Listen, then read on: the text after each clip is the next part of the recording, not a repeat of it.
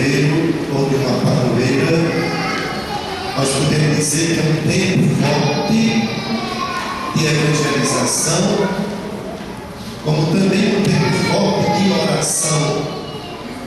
Esses dois elementos, podemos dizer, são duas grandes colunas dentro de um novenário, uma solenidade da padroeira. Evangelizar-se, estar aberto a acolher a mensagem, a palavra de Deus, como também a oração, o nosso diálogo com Deus, a esta maneira da nossa devoção a Nossa Senhora, e aqui Nossa Senhora de Nazaré.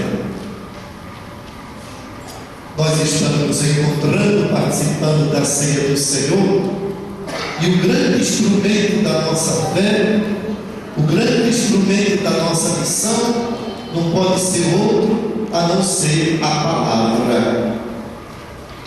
E a palavra de Deus que foi proclamada, e nós a acolhemos com alegria, não como uma coisa, como um objeto, mas nós acolhemos a palavra de Deus como uma pessoa que nos fala. E a primeira leitura coloca uma profunda experiência de um homem chamado Jó.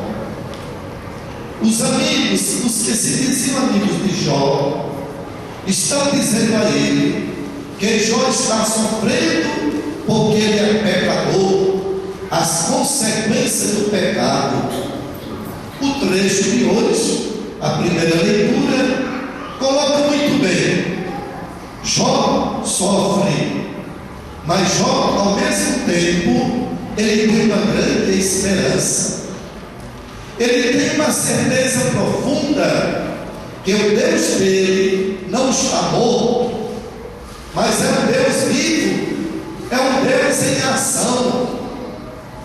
E Jó, ele desejou escrever a sua esperança diante do sofrimento até numa rocha, para que não pudesse se apagar. Jó tem a grande certeza de que do pó, do seu sofrimento, ou ali ou depois, vem o agir de Deus. E você, no seu sofrimento, como é que você sente a ação de Deus? Você duvida de Deus? Você ameaça a Deus porque você está sofrendo? Ou você concebe o sofrimento como um instrumento de meditação, de reflexão, de reconhecimento que você tem um Deus que é capaz de mudar a sua realidade, a sua vida, o seu contexto? Eis aqui um grande pensamento para nós nesta noite. Nós concebermos a ação de Deus que acontece na vida do pequeno, na vida do sofredor, na vida do pecador. O evangelho que nós acolhemos com alegria, Jesus, ele já tinha escolhido os 12. Jesus já tinha enviado os 12 a todos os cantos, a todas as nações, a todos os povos. O trecho do evangelho de hoje diz que Jesus enviou 72 discípulos, 2 a 2. Mas os 12 não bastariam? Não seriam suficientes para anunciar que o reino de Deus está próximo? O reino de Deus está presente no meio do seu povo? Interessante que Jesus convida os seus discípulos.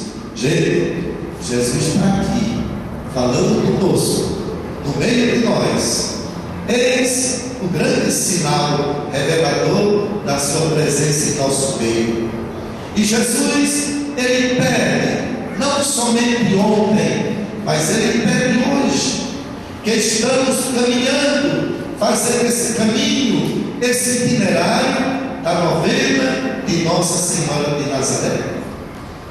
Pedi ao Senhor da messe que mande trabalhador, que mande operário para a sua colheita. Você, onde você está como católico, você acha que o número de padres hoje já é suficiente? O número de evangelizadores já é suficiente? Basta. Se você sente que não é suficiente o número de padres, você que é jovem, qual é a sua atitude? Se você está sentindo que o número de padres não é suficiente, você católico ou católica, se você sente que o número de catequistas não está sendo bom, de evangelizadores, de pastorais, e você, como é que você fica? Você fica quieto ou você fica inquieto, incomodado? A messe é do Senhor, mas os operários somos nós. Por isso que Jesus pede que nós rezemos, peçamos ao Senhor da messe que escolha daqui homens e mulheres de fé para anunciar, como Ele mandou que anunciasse: o reino de Deus está próximo, o reino de Deus está no meio de vocês. Abrem os olhos, os ouvidos, sintam o agir de Deus acontecendo hoje. E Jesus, enviando os 72 discípulos, Ele pede que os discípulos não se preocupem com coisas secundárias, mas que os discípulos se preocupem com o que é principal. O que é o principal na missão? O que é o principal na nossa vida cristã de discípulos missionários? E Jesus, Ele pede aos discípulos que sejam mansos, humildes, portadores da paz, colaboradores de Deus, curando, transformando a vida das pessoas à força da palavra de Deus. Mesmo que o lugar não aceite o anúncio, saindo dali sacuda a poeira dos seus pés, mas diga, insista, o reino de Deus está próximo. Meus amigos e amigas, olhando, contemplando a figura de Maria, a mãe de Jesus e nossa mãe, nossos bispos, reunidos em Aparecida em 2007, nossos bispos disseram que Maria, a mãe de Jesus, ela é discípula missionária. Maria, a mãe de Jesus, ela não simplesmente acolheu a mensagem, mas ela abriu a sua casa, abriu a sua vida e deixou que Deus tomasse posse, fez com que a sua casa, a sua vida se tornasse um terreno bom, não somente na presença de Deus, mas na ação de Deus. Eis aí, Maria, a mãe de Jesus, não simplesmente acolheu uma mensagem, mas acolheu Deus, acolheu a pessoa, a palavra que se fez pessoa, Jesus Cristo.